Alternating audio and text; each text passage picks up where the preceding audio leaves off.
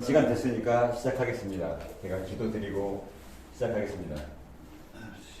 하나님 감사합니다. 저희가 오늘 이제 창세기 두 번째 강의 시간을 맞이했습니다. 저희가 창세기를 읽으면서 하나님의 뜻을 저희가 잘 알게 하시고, 또 오늘 저희가 같이 나눌 아브라함을 통해서 그 아브라함의 믿음이 저희에게도 주어져서 저희가 아브라함을 닮은 그 믿음의 후손들로 이 세상을 빛과 소금으로 살아가게 하시기를 우리 주 예수 그리스도의 이름으로 기도하옵나이다. 아멘. 아멘. 아멘.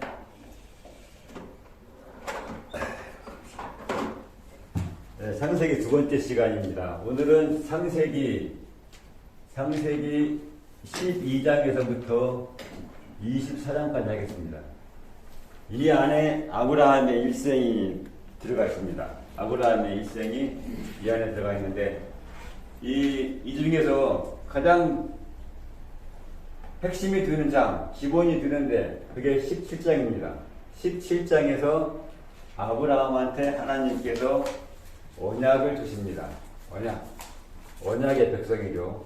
언약을 주시는데, 이때 언약을 주시고, 이때 아브라함이 아브라함이라고 이름이 바꿔지고, 사레는 사라로 이름이 바꿔지고, 또 할례가 주어집니다. 이 17장에 아브라함의 일생 중에서 가장 중요한 핵심이 들어가 있습니다. 근데 17장에 언약이 있는데, 이 언약은 15장에서 이 언약은 이미 한번 주어졌습니다. 15장에서 언약이 주어졌는데, 이 17장은 이 15장의 언약을 좀 더 구체화시킨 거죠.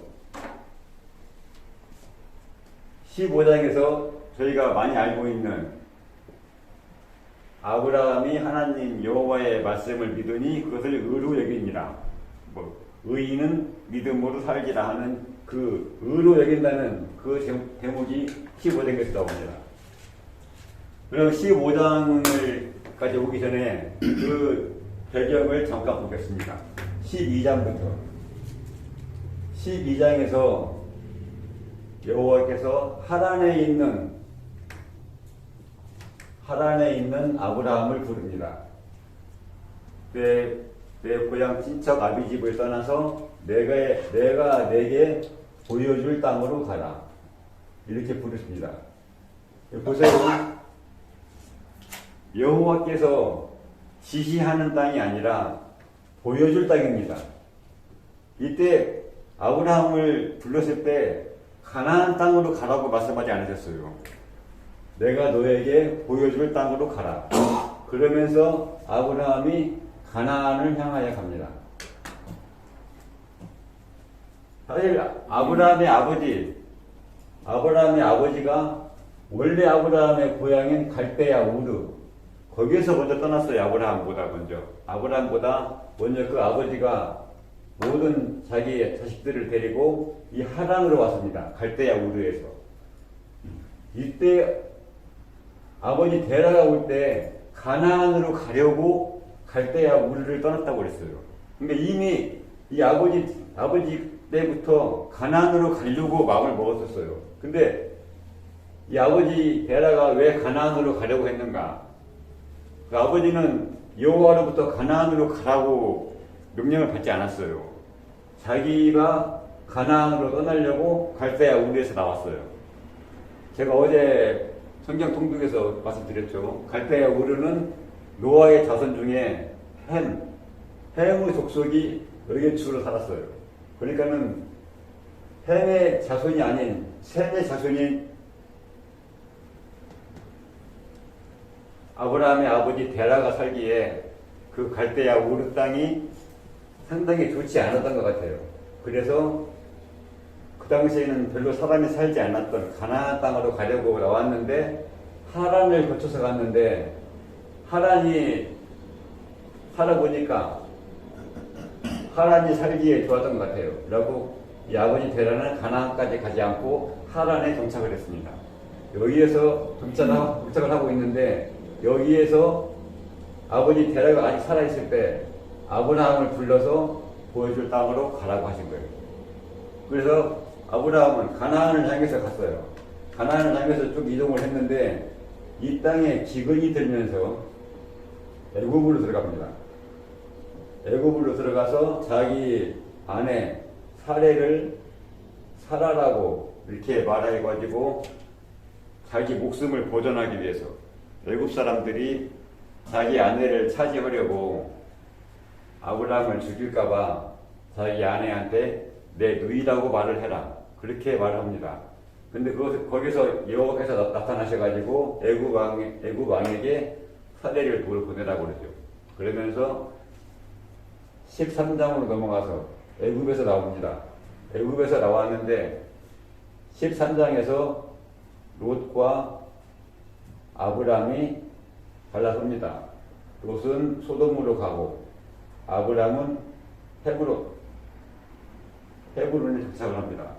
이 두 사람의 소유가 너무 많아서 그 땅이 두 사람이 살기에 너무 좁으니까 아브람이 롯한테 내가 택해서 가라. 내가 좋은 대로. 네가 동쪽 가면 나는 서쪽으로 가겠고 네가 원하는 대로 가봐라. 롯은 소돔을 택했어요. 당시 소돔이 굉장히 번창한 도시였어요. 그러니까 롯이 보기에 소돔이 에덴과도 같더라. 이렇게 거기에 성경에 나와 있습니다. 롯이 소돔으로 가고 아브라함은 헤브론으로 갔는데 이때 이제 아브라함한테 여호와께서 나타났습니다. 그러면서 내가 내 자손을 땅의 티끌처럼 많게 하리라 이렇게 약속을 하십니다. 그리고 14장에 넘어가세요. 14장에 넘어가서 롯이 사로잡혀 갑니다. 여기에 소돔왕 고모라 왕과 다른 왕들이 전쟁이 일어났어요. 전쟁이 일어나가지고 소돔과 고모라가 그 전쟁에서 패하면서 롯이 사로잡혀 갑니다. 저 사람을 다 빼앗기고. 그러면서 아브라함이 가서 롯을 다시 찾아옵니다. 그리고 여기에서 아브라함이 돌아올 때 우리가 나오는 멜기세덱이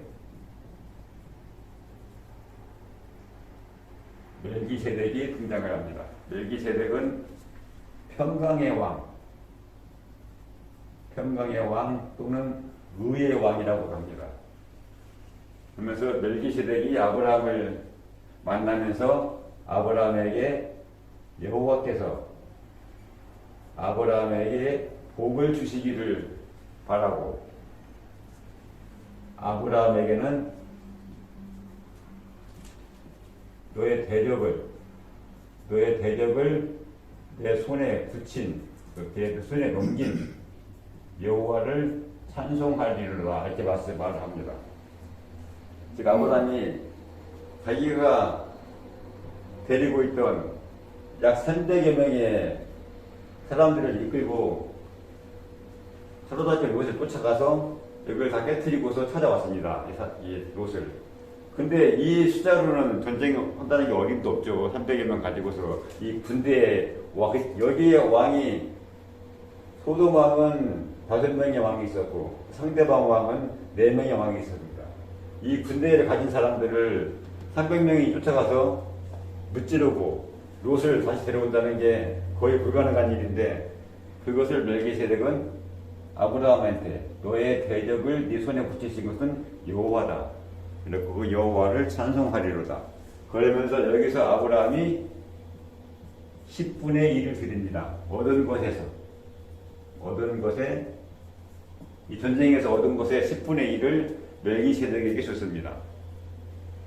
그러니까는 자기가 얻은 것이 자기 힘으로 얻은 게 아니라 여호와께서 대적을 내 손에 붙이셔서 내가 전쟁에서 이겨서 얻은 것이다. 그러므로 이 얻은 것의 모든 것은 내 힘이 아니라 여호와께로부터 온 것이다. 그런 의미에서 10분의 1을 멜기세덱에게 드린 것입니다.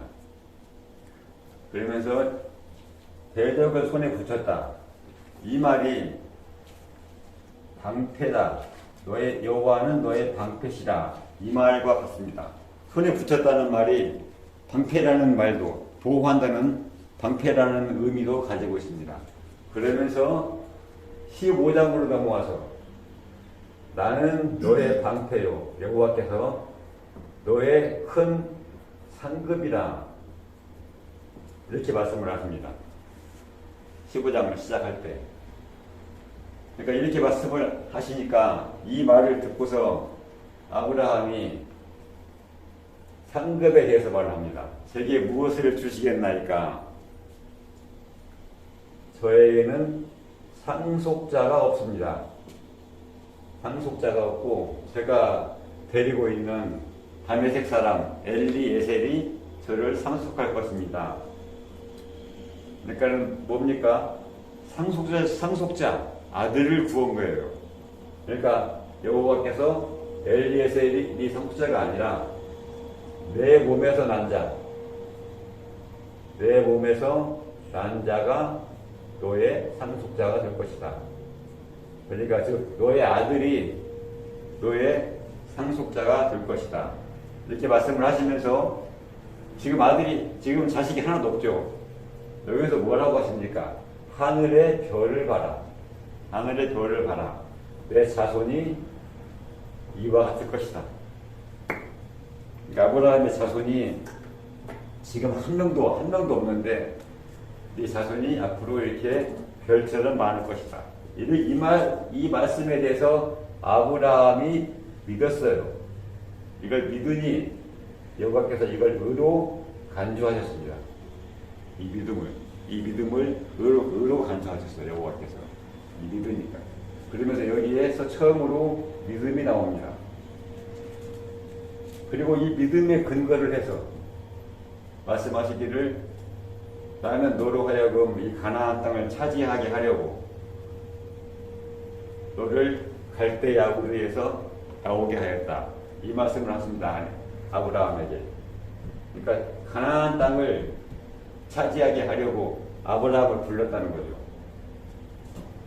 그러면서 여기에서 언약을 세우십니다. 여기서 언약을 세우시는데 내가 애굽 강에서부터 나일강을 말하겠죠. 그 다음에 유브라데까지. 유브라데가 갈대아우르가 있던 지방입니다. 유브라데 강. 애굽 강에서 유브라데가 이 강을 내가 그 땅을 너에게 주겠다. 여기에서 첫 번째 언약. 15장에서 이 첫 번째 언약을 세웠습니다. 이런 배경에서 즉 상속자를 말하면서 그 아들을 말하면서 지금 하나도 네가 아들이 없지만은 네 아들을 별처럼 많게 할 것이다. 그리고 그들이 애굽 강에서부터 유브라데 강까지 땅을 차지하게 하겠다. 이게 언약이에요. 약속이죠. 사실 성경 자체가 언약이죠. 구약과 신약. 옛날의 약속, 옛날 언약, 신약, 새로운 언약. 성경 자체가 언약입니다. 성경 자체가 또 뭡니까? 언약서예요, 언약서. 그리고 이 17장은 15장의 언약을 좀 더 구체화했습니다. 언약의 내용을 17장을 시작을 할 때 언약의 내용이 나옵니다. 17장을 한번 보시겠습니다.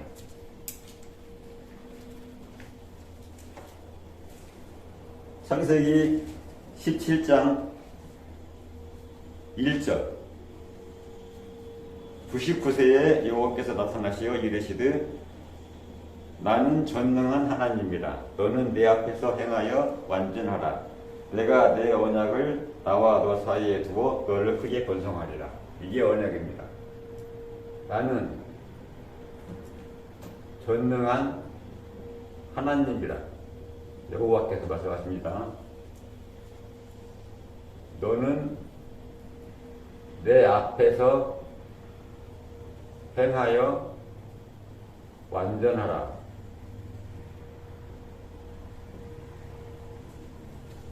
내가 내 언약을 나와 너 사이에 두어 너를 크게 번성하게 하리라. 이게 언약의 내용입니다. 좀 더 구체화가 됐죠. 이 애굽 강에서부터 유발라데 강까지 그 땅을 내게 주겠다. 거기에서 좀 더 언약이 구체화됐습니다. 너를 번성하게 할 것이다. 말씀을 하셨는데, 여기에서 17장에서 말씀하십니다. 너와 내 자손은 언약을 지키라. 이렇게 말씀이 나와요. 보세요. 이 언약을 지키라는 거. 언약이 뭐였어요? 15장에서. 내가 이 땅을, 애굽에서 유월의 때까지 땅을 너에게 주리라. 이게 언약이었어요. 이 언약만 본다면은, 이건 하나님께서 약속하신 거예요. 내가 줄 것이다. 그러니까 이거 뭡니까? 이건 하나님께서 지키셔야 할 거예요. 하나님께서 지키셔야 할 건데, 여기 와가지고, 너와 자손은 언약을 지키라고 그랬어요. 여호와께서 땅을 주신다고 약속을 했는데, 왜 그 약속을 아브라함과 자손이 지켜야 합니까? 여호와가 지켜야 되는데. 여기에서 우리가 혼동하는 게 있어요. 언약을 지키라. 이 언약, 이 앞에는 뭐가 나옵니까? 조건이 나와요. 언약을 지키기 위한 조건. 이게 조건이에요. 이 조건을 지키라는 거죠. 조건을 지키면은 내가 이렇게 하겠다. 나는 전능한 하나님이라. 하나님께서 자신을 말씀하십니다. 나는 전능하다. 그리고 너는 내 앞에서 행하여 완전하라. 완전하라. 흠이 없다는 거죠. 너는 내 앞에서 행하여 흠이 없어라. 그리하면 언약을 나와 너 사이에 두어서 너희가 번성하게 할 것이다. 내 앞에서 행하여 완전하라. 이게 조건이에요. 이게 조건이고 이게 지켜야 할 거예요. 이 조건을 지켜야 한다는 거죠. 아브라함이나 그 자손들이나. 그러니까 이 언약의 내용은 여기 조건에 초점이 되어 있습니다. 사람들에게 해당되는 건 이 조건이 해당되는 거니까. 이 뒤에 번성하게 할 것이다. 이건 하나님께서 하실 일이야. 그렇지만 그 전에 사람이 먼저 하나님 앞에서 완전해야 한다는 거죠. 우리가 이걸 보면은 출애굽기로 나가면은 출애굽기에서 모세가 시내산에 올라갔다가 내려와서 여호와의 명령, 계명, 뭐 율법이라고도 하죠. 이걸 받아왔는데 이걸 기록했어요. 모세가 백성들과 언약을 맺고서 이때는 이것 보고 시내산 언약이라고 하죠. 백성들하고 언약을 맺었어요. 백성들이 이 모세가 산에서 받아온 계명을 다 백성들에게 말을 하니까 백성들이 우리가 그 말씀을 지키겠나이다. 그러니까 모세가 이 계명들을 기록한 책을 썼어요. 그 책 이름이 언약서였어요. 율법서가 아니라. 율법서라고 말한 게 아니라 그 책 이름이 언약서였어요. 이 명령, 계명, 율법에는 똑같으죠. 10계명을 비롯해서 이스라엘 백성들이 지켜야 할 율법들이 쭉 나열이 됩니다. 그리고 뒤에 가서 내가 너희들이 이 명령을 준행하면 너희 원수가 나의 원수가 되고 너희 대적이 나의 대적이 되어 내가 너희를 이 땅을 차지하고 번성하게 하리라. 똑같아요. 지키면 하겠다는 거죠. 이렇게. 이게 즉 언약은 말씀으로 하신 약속인데 하나님께서 약속하신 거 내가 어떻게 해주겠다. 그 약속에는 전제 조건이 들어가 있는 거예요. 그 전제 조건이 이루어지면은 내가 그걸 해주겠다. 그러니까 우리는 약속만 기억을 해요. 약속만 기억을 하는데 전제 조건은 기억을 하지 않아요. 근데 더 우리가 초점을 둬야 할 것은 그 약속을 이행하기 위한 조건에 더 초점을 둬야 합니다. 우리가 신약에 말하죠. 신약에 와서 누구든지 예수 믿으면 멸망하지 않고 영생을 얻으리라. 우리는 영생에 초점을 두고 있어요. 예수 믿으면 구원받고서 우리가 영생을 얻는다. 그렇지만은 요거 똑같죠. 요거도 조건이 붙어 있어요. 앞에 예수 믿으면 믿는다는 조건. 이 믿는다는 조건이 뭐예요? 이 믿는다는 조건이 이걸 다 행하는 거예요. 이게 똑같이. 믿음은 행함을 동반한다. 이건 잠깐 제가 말하겠습니다. 하여튼 이렇게 이 17장의 아브라함과 맺은 언약은 나중에 가서 시내산 언약으로 이어집니다. 그리고 다시 이건 또 이 시내산 언약은 다시 또 신약으로 넘어와서 예수께서 하신 거, 예수님과 우리들과의 언약으로 또 신약으로 이어집니다. 이렇게 너와 자손은 언약을 지키라. 그 말씀은 내 앞에서 행하여 완전하라 그 말입니다. 여기서 한 가지 잠깐만 좀 더 보겠습니다. 우리가 하나님의 말씀을 그냥 그런가 보다 하고 넘어갈 게 아니라 그 뜻을 알아야 돼요. 뜻을. 내 앞에서 행하여 완전하라. 이 내 앞에라는 말이 뭐죠? 내 앞에서. 내 앞에서의 내 앞은 하나님의 얼굴이에요. 하나님의 낯이라고도 했죠. 또 영어로는 하나님의 얼굴, 페이스예요. 이게 처음 나온 데가 어디죠? 하나님의 얼굴이 나온 데가 창세기 3장입니다. 아담이 선악과를 따먹고 여호와께서 아담을 부르셨어요. 동산에서 아담을 부르셨는데 아담이 듣고서 나무 사이로 숨었어요. 그러니까 여호와께서 아담한테 어디 있느냐 물어보니까 아담이 혼얘기가 있어요. 내가 벗었으므로 두려워하여 여호와의 낯을 피하여 제가 숨었나이다. 잠깐 창세기 3장을 좀 보겠습니다.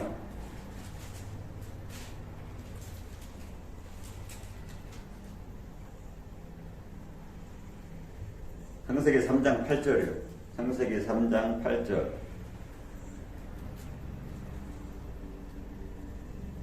아담과 그의 아내가 여호와 하나님의 낯을 피하여 동산 나무 사이에 숨은지라.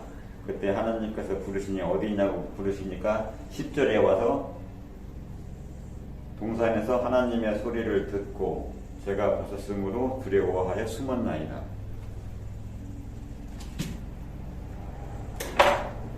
왜죠? 선악과를 따먹은 죄를 지었어요. 악을 행했다는 거죠. 그러면 하나님이 두렵습니다. 하나님이 두려워서 하나님 앞에 하나님 얼굴을 볼 수가 없어. 그래서 숨었어요. 그러니까 그죠? 너희들은 내 앞에서 행해라. 그러니까 무슨 말씀이십니까? 내 낯을 피하여 두려워 숨지 말라는 거예요. 내 낯을 피하여 두려워 숨지 말고 내 앞에서 행하여 완전하라. 선악과를 따먹는 죄를 범하지 말고 악을 행하지 말고 그렇게 하여 나를 두려워 피하지 말고 내 앞에서 행하여 완전하라. 흠이 없게 행하여서 흠이 없게 살아서 내 앞에서 행하여라. 즉 선을 행하라는 거예요. 선을 행하라. 내 명령과 규례와 율법, 법도를 다 지키고 행하여서 완전하라. 그게 우리가 하나님 앞에 설 수 있는 겁니다. 하나님을 피하지 않고. 그러니까 내 앞에 행하여 완전하라. 이 말씀에는 이 말씀이 들어가 있어요. 하나님의 낯을 피하지 않는다. 우리가 하나님의 낯을 피하지 않고 그 앞에 서서 하나님 앞에 서서 하나님께서 보시는 가운데서 우리가 삶으로서 완전한 삶을 살아간다.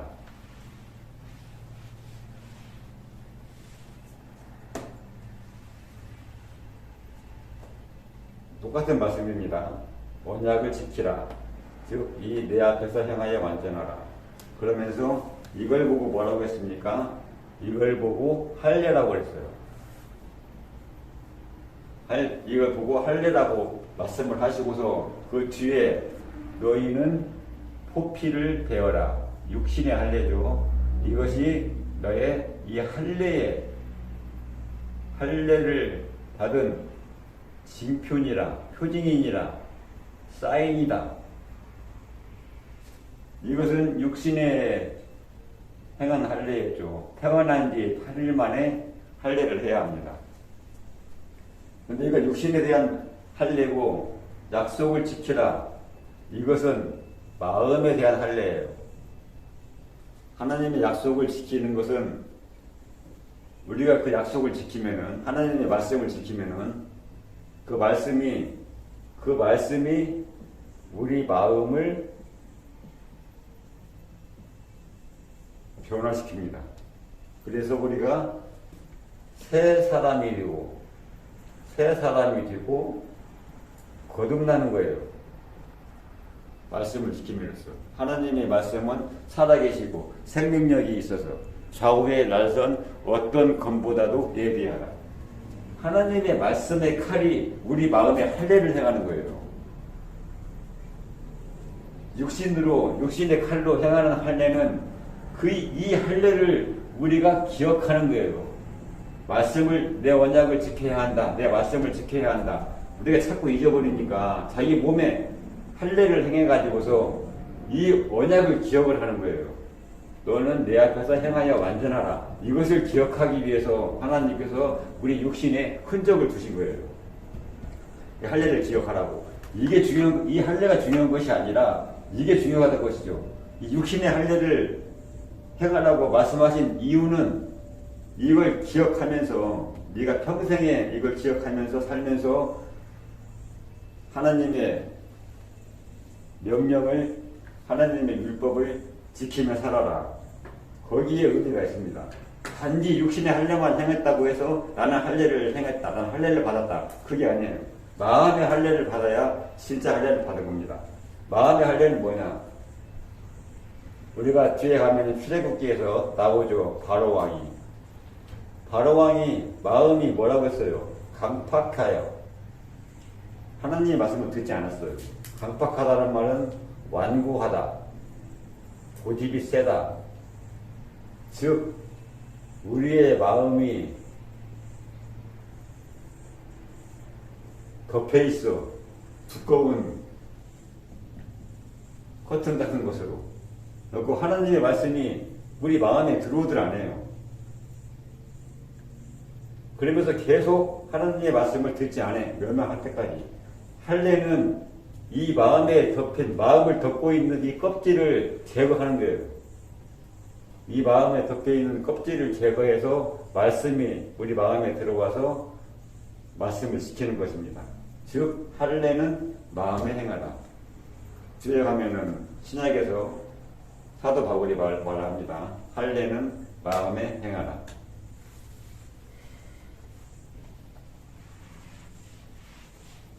그러니까 하나님께서 난지 8일 만에 모든 남자는 할례를 받으라고 하신 말씀은 이 언약을 기억하고 지키라는 의미가 들어가 있습니다.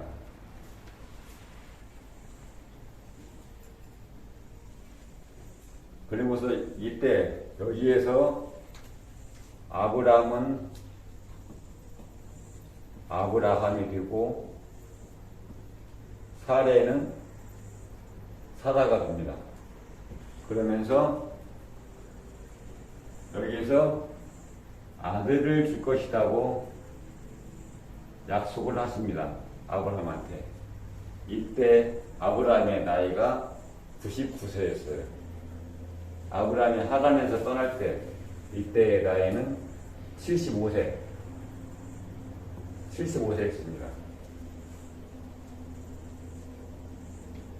그리고 15장에서 이렇게 상속자를 네 몸에서 날 사람으로 주겠다 약속을 하시고서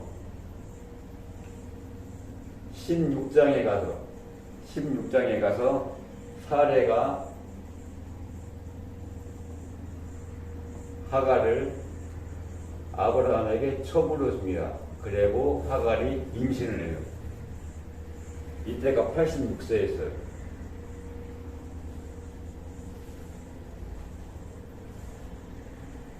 잘못 들어왔네 이게.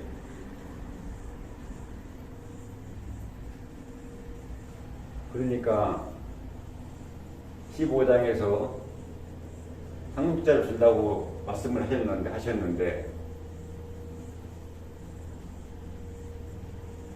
이때부터 이때까지 10년이 지나갔다고 했어요. 그러니까 하란에서 나온 지 얼마 있다가 이 믿음을 의로 여기는 이 언약이 주어졌는가는 모르겠어요. 근데 이 언약을 준 뒤로 상속자가 나오질 않는 거예요. 아브라함의 몸에서. 아브라함이 아들을 낳아야 되는데, 아들을 얻어야 되는데, 아들이 안 나오니까 사레가 자기가 임신을 해야 되는데, 이게 안 되니까 기다리다 못해서 하갈을 첩으로 줍니다. 그러면서 하갈 임신을 하게 돼요. 근데 이로부터 13년 뒤에, 그럼 뭡니까? 이스마엘이 되어서 나왔는데, 이스마엘이 상당히 컸겠죠. 13년이 지났으니까. 그때 와서 하나님께서는 아들을 주겠다. 사라에게서 이렇게 약속을 하십니다.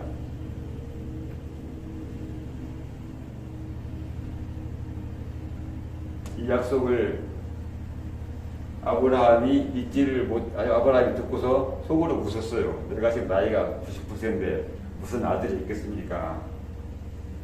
이러면서 그 아들의 이름을 이삭이라고 하는데, 이삭이라는 말이 웃었다, 그런 뜻이라고 해요.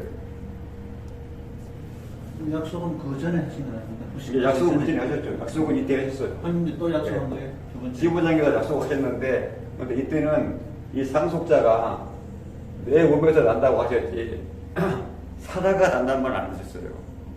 단지 내 몸에서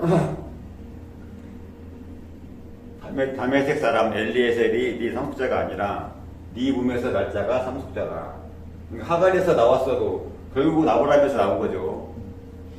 아브라함의 첩으로 들었으니까. 그러니까 사례는 이때 기다리다가 자기가 임신이 안 되는 거예요. 본인은 자기가 임신을 안 되는 줄 알았었어요. 갈대아 우리에서 나올 때 12장이 시작되기 전에 11장에서 노아의 그 셈의 후손들이 족보가 나오는데, 거기에서 아버지 데라가 아브라함을 데리고 누구를 데리고 사레를 데리고 왔더라. 사레는 임신하지 못하여 자식이 없었더라. 이미 11장에서 사레는 임신하지 못한다고 해놨어요. 11장에서. 그거는 이때 이미 11장에서 사레는 자기가 아들을 낳을 수 없다는 걸 알았어요. 근데 자기는 아들을 낳을 수 없다는 걸 알고 있었는데, 하나님께서 내 몸에서 난다고 아브라함한테 내 몸에서 나온다고 하니까 사례는 생각할 때, 내가 아니라 아마 아브라함이 첩을 얻어가지고 아들을 낳을 모양이다. 그래가지고 하갈을 준 거예요. 자기는 임신이 안 되니까. 그래서 하갈을 줬어요. 그리고 여기서 이제 이스마엘이 나왔죠. 그리고 이스마엘이 지금 자라고 있는데 하나님께서 아브라함한테 네가 아래 아들을 얻을 거라고 했어요. 네 안에 사라지게서 아들을 얻을 것이다. 그래서 이삭이라고 그랬어. 그러면서 17장의 17장에서 넘어가면서 18장으로 갑니다. 18장에서 뭐가 나오죠? 세 명의 천사가 나와요. 소돔을 멸망시키러 가는 세 명의 천사가 나오고 여호와께서 나오십니다. 그리고 여호와께서 소돔을 멸망시키겠다고 말씀을 하세요. 여기에서 아브라함이 그 소돔을 멸망을 면하게 하기 위해서 나옵니다. 의인이 50명이 있으면은 멸망시키지 않으시겠습니까? 이게 여호와께서 오케이 안 시킨다. 그러면 만약에 5명이 모자라서 45명이 있다고 하면 어떻습니까? 그래도 안 시킨다. 그러면 40명은 어때요? 30명은 어때요? 20명은 어때요? 10명은 어때요? 6번에 6번을 말을 했어요. 하나님이. 그러니까는 소돔을 멸망을 면하게 하기 위해서 아브라함은 하나님께 이렇게 간구를 합니다. 대단하죠? 의인 10명만 있어도 내가 소돔을 멸망시키지 않겠다. 이렇게 말씀을 하십니다. 이렇게 여호와께 간구를 하는데 이 모습은 뭡니까? 똑같아요. 노아의 홍수 때 여호와께서 방주를 지어라 홍수가 날 것이다 예언을 하셨죠. 그러면 노아는 어떻게 했어요? 방주를 지으라고 하니까 당연히 노아도 아브라함처럼 사람들이 멸망하는 걸 원치 않았어요. 그래서 사람들한테 말을 했겠죠. 홍수가 날 것이다. 너네도 배를 만들어라. 내가 공기를 만드는 것처럼 홍수가 나면은 배를 타야 되니까. 그러니까 노아가 사람들한테 그렇게 경고를 했어요. 근데 뭐라고 해서 성경에는 신약에서 먹고 마시고 시집가고 장가가고 다 이랬다고 했어요. 노아의 말을 듣질 않았어요. 실제로 노아가 그 백성들한테 그 이야기했다는 건 기록은 안 나와요. 네, 그건 안 나왔어요. 기록은 안 나와 있는데 이걸 어떻게 추측할 수 있냐면 노아가 홍수가 끝난 뒤에 번제를 드렸잖아요. 노아가 무지개가 나오는 거. 이 번제 내용이 다시는 사람을 멸망시키지 말아 주십시오. 그거라 했잖아요. 그러니까 당연히 노아는 이미 홍수가 나기 전부터 경고를 했을 거예요. 먹고 마시고 이랬다. 그건 예수께서 하신 말씀인데 당연히 노아가 가서 말을 했겠죠. 그러니까 사람들이 말을 귀뚱으로도 안 들었어. 똑같아요. 이렇게 소돔과 고모라 멸망을 말했는데 이렇게 했어 아브라함이. 그래가지고 19장에 가서 소돔과 고모라가 멸망을 합니다. 거기에서 롯만 그 아내하고 딸하고 살아나오죠. 똑같아요. 이때도 뭐예요? 롯이 사위들한테 가가지고 말했어요. 롯이 선사들의 경고를 듣고서 사위들한테 가서 이 성이 붙잡 것이다. 그러니까 사위들이 뭐라고 했어요? 농담하지 마세요. 그랬어요. 똑같아요. 무시하는 거예요. 먹고 마시고 시집가 관계가고 듣지 않아. 말했는데도 무슨 농담하시는 거예요? 지금 장인들은 뭐 웃기는 거죠 그냥. 그러니까 이게 사람들이 이래 사는 거예요 지금 이게. 신약 시대 똑같아요. 임금이 잔치를 마련하고 사람을 불러오라고 그랬어요. 다 불러오라고 하니까 뭐 했어요? 나는 뭐 소를 샀으니까는 거기 가봐야 한다. 나는 밭을 샀어. 밭에 보러 가야 돼. 나는 장가를 들어야 돼. 장가 들어야 돼. 잔치 안 오는 거예요. 이게 지금 다 똑같아요. 이게 지금. 우리가 지금 마찬가지예요. 지금도 우리가 많은 사람들이 복음을 전한다고 전하지만 다들 안 와요. 다들 먹고 살기 바빠. 나 가게 가서 문전해야 돼. 나 뭐 골프장 가야 돼. 다 바빠요. 테니스 치러 가야 돼. 예, 사람은 변하지 않습니다. 테니스 치러 가야 예. 된다 소리 왜 안 넣어요? 예. 사람은 변하지 않아요. 하여튼 이렇게 됩니다. 이렇게 되는데 우리 한 가지 유의할 것은 18장에서 새 천사가 와서 소돔과 고모라를 멸망시키고 얘기를 하면서 여기에서도 내년 이맘때에 사라가 임신하여 아들을 낳을 것이라고 말해요. 사라가 장막에서 듣고 속으로 웃었어. 내 주인이 100살이 오는데 나는 경수가 끊어졌는데 무슨 내가 그런 복이 있겠냐. 내가 뭐 사라가 웃었다 그러니까는 뭐 웃지 않았습니다. 그런 말 나옵니다. 여기서도 사라가 아들을 낳을 것이라고 예언을 합니다. 그리고 18장에서 우리가 한 가지 주목해 볼 만한 말씀이 창세기 18장에 있습니다. 18장을 잠깐만 보겠습니다. 창세기 18장 18에서 19절입니다. 18장 18에서 19절.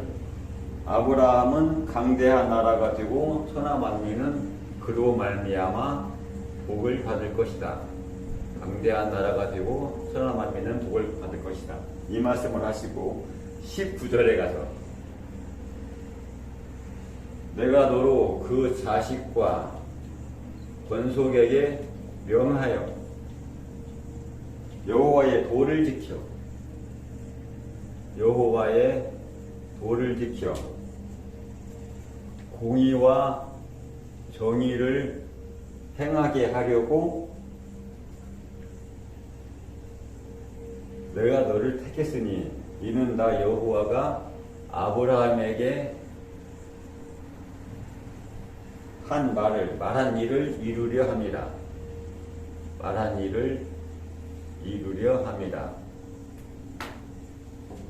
그죠? 똑같이 나오죠.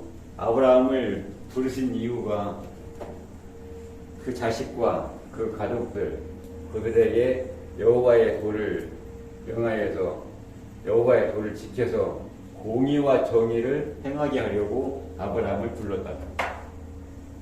그렇게 함으로 해서 그 아브라함에게 말한 일, 하나님께서 말씀하신 언약, 그 언약을 이루려고, 즉 공의와 정의를 행하야 그 언약이 이루어진다. 똑같은 맥락의 말씀입니다.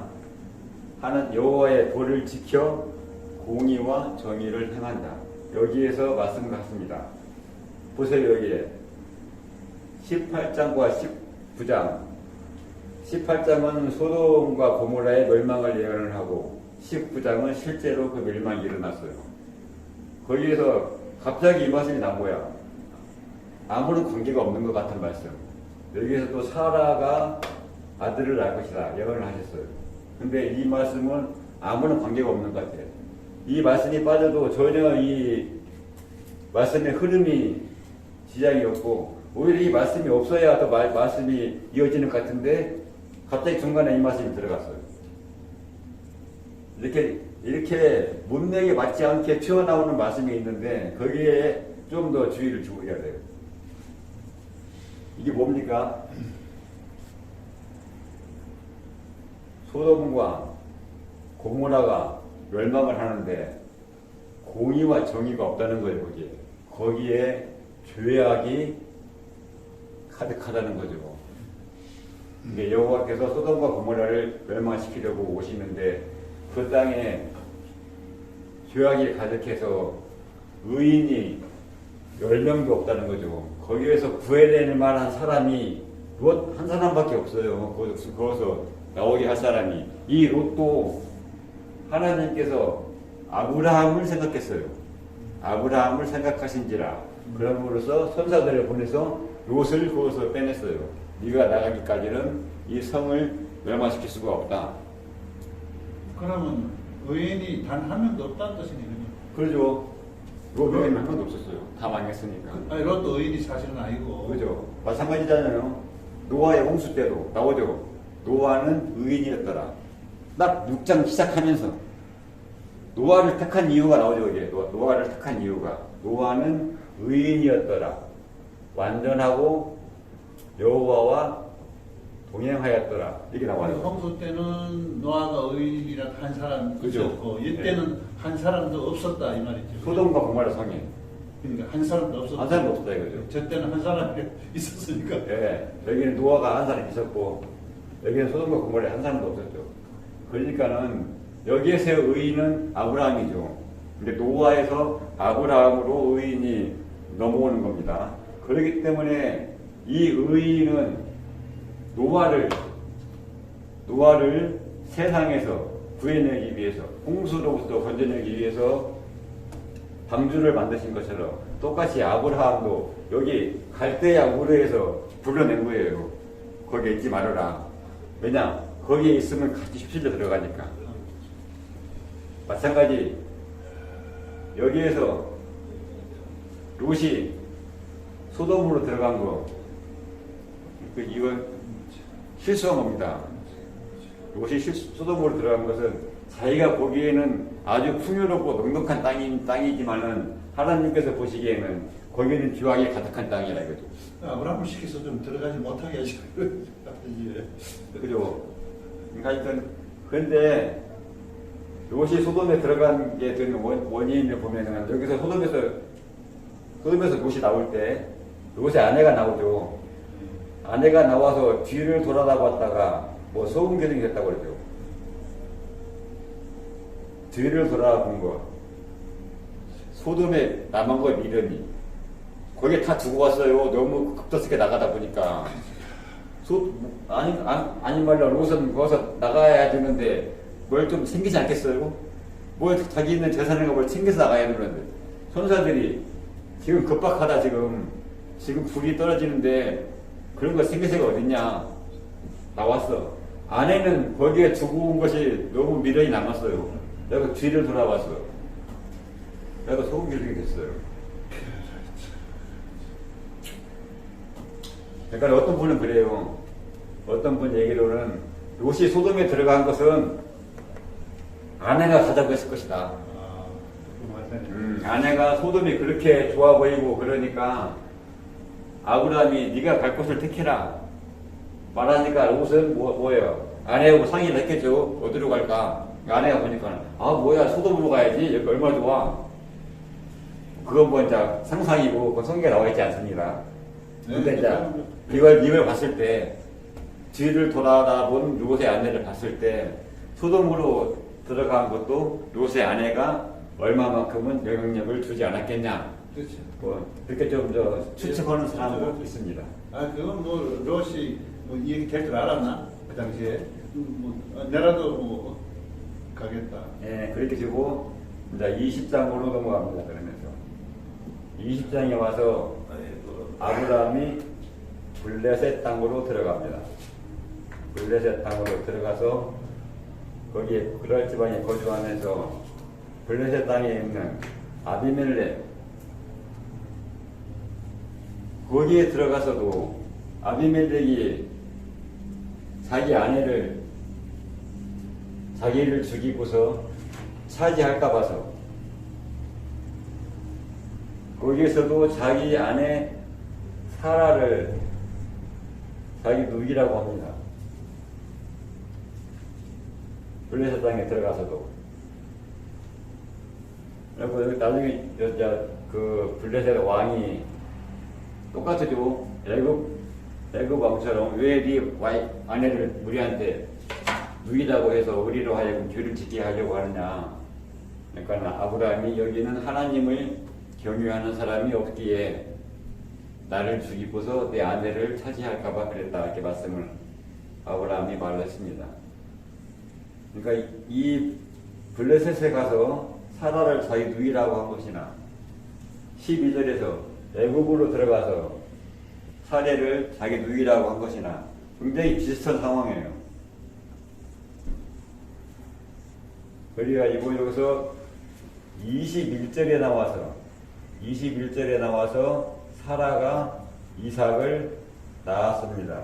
이때가 아브라함이 100세가 되던 해였어요. 사라가 이삭을 낳았어요. 21절에 가서.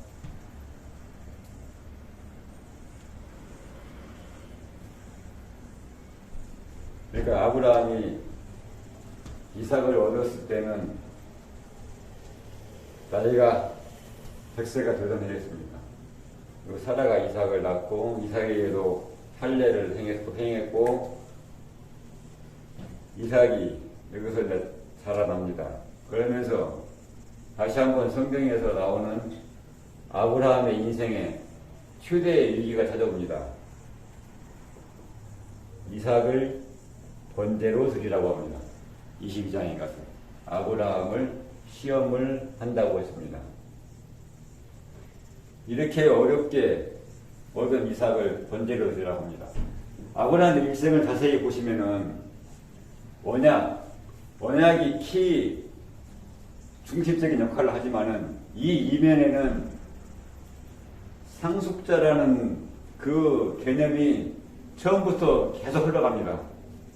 상속자 이삭, 이 개념이 이 아브라함의 일생의 배경에 계속 이 상속자에 대한 문제가 계속 나와요. 아들에 대한 문제가 처음 시작할 때부터 계속 이 아들 이삭에 대한 문제가 계속 나옵니다.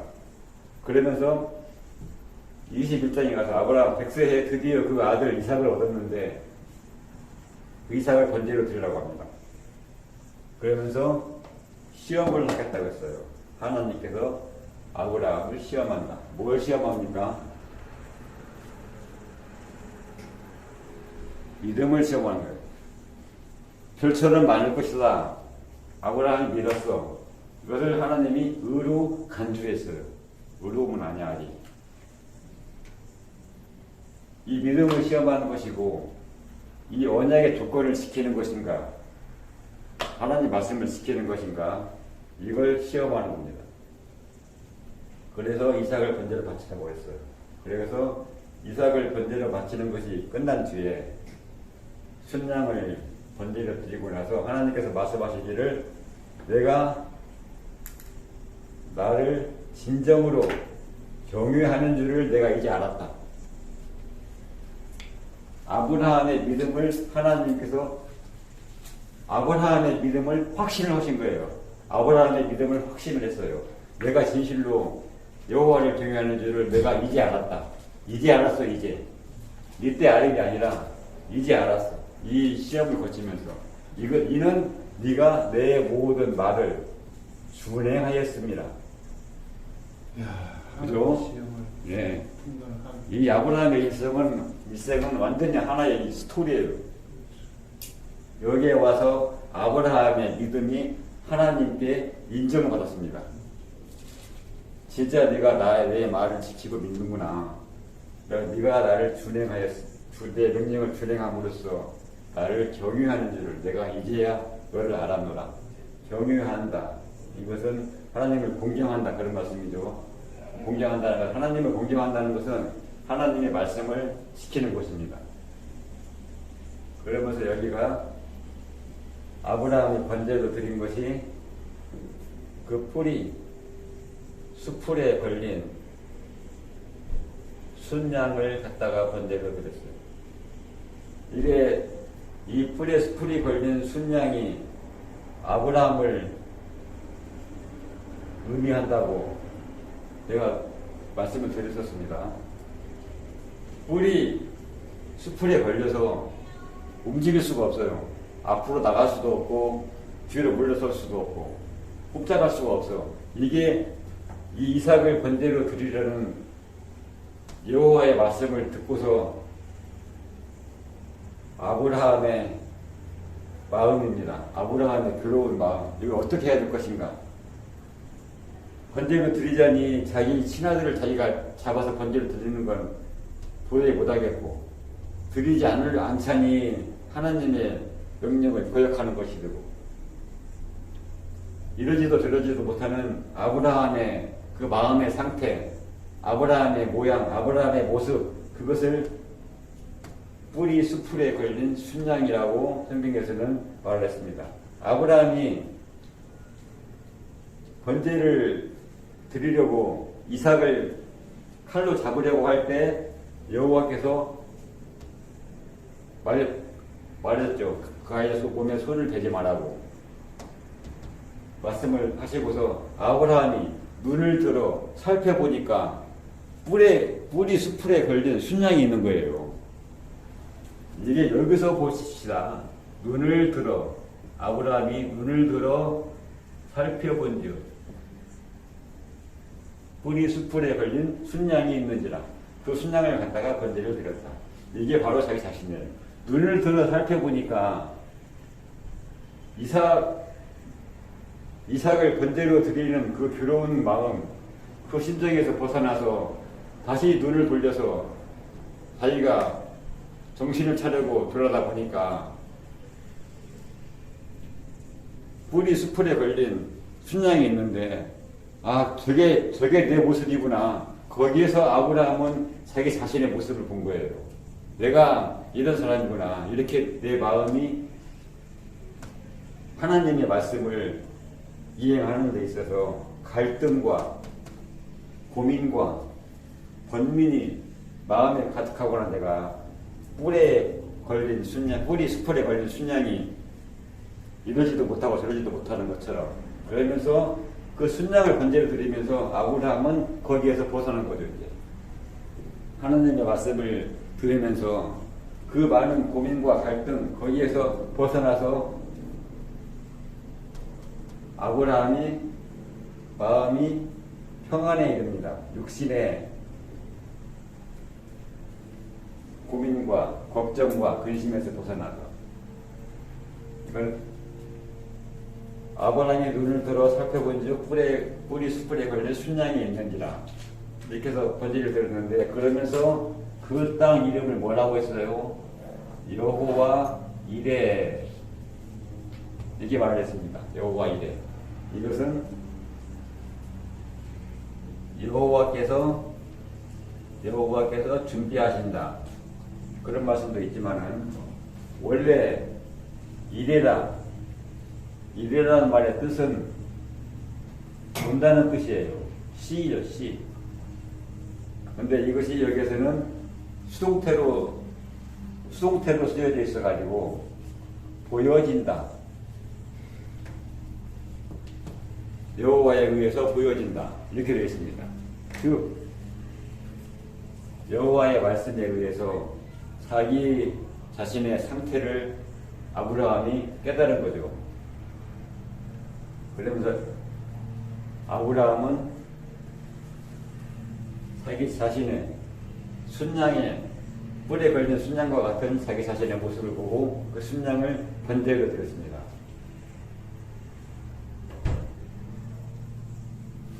(22장에서) 번제를 드리고, 여기에서 아브라함의 믿음의 여정은 거의 끝나갑니다.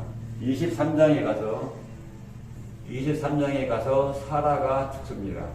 사라가 죽어서 거기 헤브론에 있는 마물에 막벨라 굴에 장사가 됩니다. 그 땅을 은 400세겔을 주고서 그 땅을 샀습니다. 정식적으로. 이때부터 아브라함이 정식적으로 가나안 땅의 일부를 차지합니다. 정당하게 돈을 주고 돈을 지불하고 사면서 가나안 땅에 아브라함의 법적인 실제적인 소유가 시작이 됩니다. 이스라엘 자손의 실제적인 소유가 시작이 되는 거죠. 사라가 묻힌 이 막벨라 굴, 여기에는 나중에